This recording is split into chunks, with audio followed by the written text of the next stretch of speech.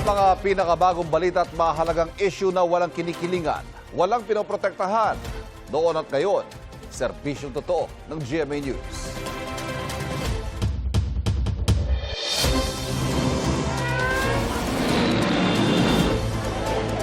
Sa ngayon po ay Pinsala. Ang mga unang balita. Ramdam pa rin ang masamang panahon sa ilang bahagi ng Visayas at Mindanao dahil po yan sa localized thunderstorms na nagpabaha at nagdulot ng landslide sa ilang lugar doon.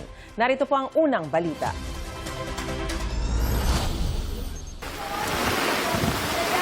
Nagdulot ng pagbaha sa ilang kalsada ang malakas na ulang naranasan sa Boracay sa Malay Aklan.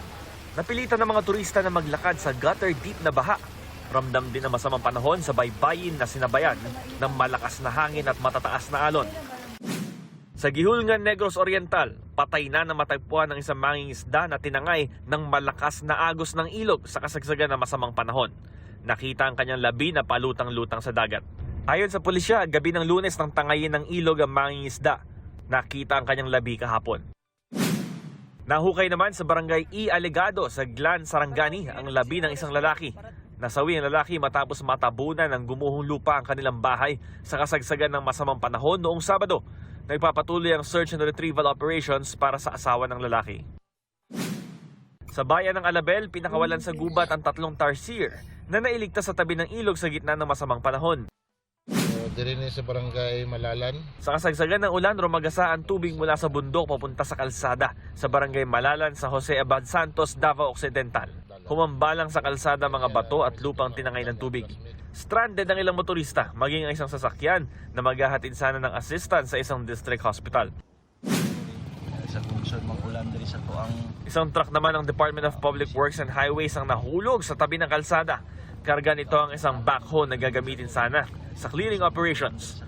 Bumaon daw ang gulong ng truck sa lumambot na bahagi ng lupa kaya ito nawala ng balanse at nahulog. Walang naiulat na nasaktan sa insidente.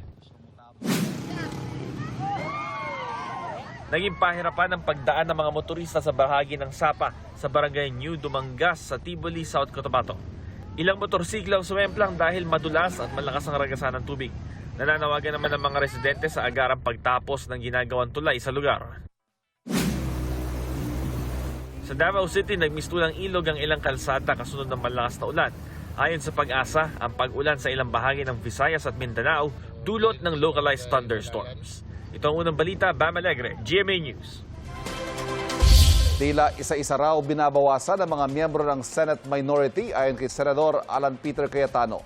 Ito'y matapos sabihin ni NBI Director Melvin Matibag na iimbestigahan nila ang umano'y mga anomalya sa pagpapatayo ng sports complex na ginamit sa 2019 Southeast Asian Games. Git ni Cayetano na nooy Philippine Sea Games Organizing Committee Chairman, walang anomalya sa pag-host ng Pilipinas sa palaro. May unang balita si John Consulta. World-class na sports complex sa New Clark City sa Tarlac ang ibinida ng gobyerno nung idao sa bansa ang Southeast Asian Games noong 2019. Kasama rito ang Codron na sinindihan bilang hudyat ng simula ng palaro. Sinabi ni NBI Director Melvin Matibag, balak ng ahensyang imbisigahan ang pasilidad. May nakarating daw na impormasyon na may irregularidad umano sa ginastos ng pondo para rito. Nakarating sa amin, bilyon-bilyon pala yung pumasok dito na pera na unliquidated. At mayroong private company rito na na-involve na binayaran ng 10 billion at ang pagbabayad insertion sa GAA na hindi binayad. So ito, imbestigahan namin to. Malaking kaso rin ito.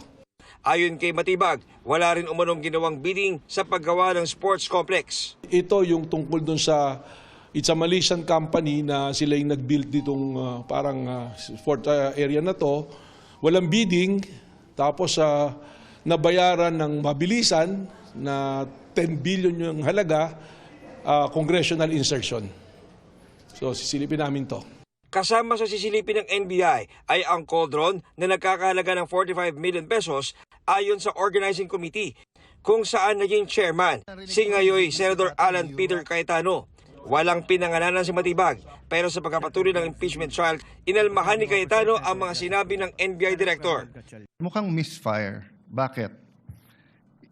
Yung sinasabi niyang infrastructure na walang bidding, First of all, the procurement law has many modes of procurement. So don't make it appear sa public na just because walang bidding, may anomalya na to. Ayon kay Cayetano, walang anomalya sa pag-host ng Pilipinas sa SEA Games noong 2019. Hindi rin daw pwede noon makialam sa insertion si Cayetano dahil hindi siya bahagi ng Senado o Kamara noon. Wala rin daw siyang kinalaman sa pagpapatayo ng sports complex na pinamahalaan niya ng Bases Conversion and Development Authority o BCDA.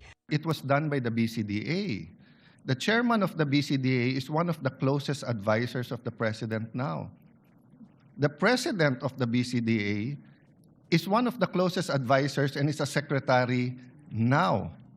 Sinisikap namin kunin ang panig ng nooy President and CEO ng PCDA at ngayon DPWH Secretary Vince Dizon.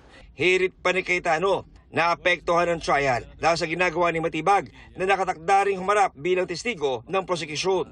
It is unfair to me and unfair to the court that kung kailan siya patatawag siya sa Monday, intimidate mo ako, hindi kita tatanungin sa Monday dahil mag-a-announce ka na iimbestigahan mo. Tapos sasabihin mo may insertion, tapos sasabihin mo hindi liquidated. Liquidated po lahat yun. A marites accusation towards me that affects this court because I am now a senator judge. Tinukoy rin ni Cayetano ang hinala ng minorya na tila isa-isa silang kinakasuhan para mawala sa impeachment trial. Binabawasan talaga kami. Iniisa-isa. Even yung mga vlogger na malapit sa administrasyon, sabi, 2 down, 3 down, may kasunod na. Ayon naman kay Matibag, Unang-una, hindi naman ako nakikipagbakayan sa kanya. I'm always respectful to everybody, especially to the member of the Senate. It so happens siguro na siya involved dito, no? At tayo naman, ang record naman ng NBI, we'll always go where the evidence will lead us kung ano yung batas, kung ano yung proseso. And I'm sure si Senator Alan, kung siya kasama rin dito, I'm sure that he will appreciate na may imbestigahan natin ito ng maayos. ito ang unang balita. John Consulta, GMA News.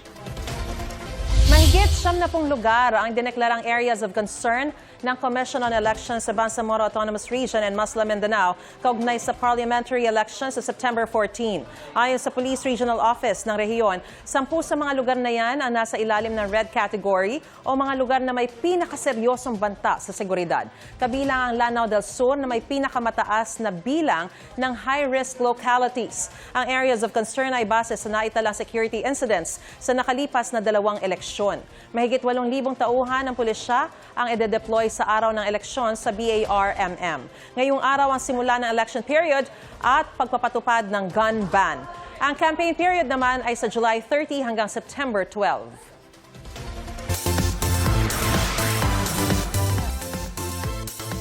Ito na nga. Nag-share si Whispers from Heaven star Bea Alonzo ng wedding photo sila ng negosyanteng si Vincent Co. Kinumpirma na nga ni Bea ang balita sa pag-post niya ng black and white photos ng kanilang civil wedding sa Instagram.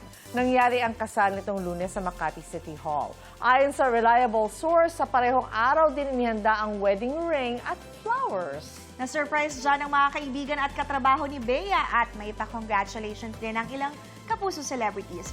Super happy sa balita ang co-stars ni Bea sa upcoming GMA series na Whispers from Heaven, kabilang si Maricar Reyes at direktor ng serye na si Joron Monroy. Oo, syempre. Kasi dapat may taping kami, tapos biglang nagkaroon siya ng emergency. So, yun pala yun. For Bea, I'm very happy for her. Kasi itong ending na to, parang sa pelikula lang natin to napapanood. Pero it happened to her in real life. Miss Maricar, I'm sure. Super! Bae! Oh my God, ginulat mo kami. But congratulations. I wish you all the best on this new journey. Super excited for you.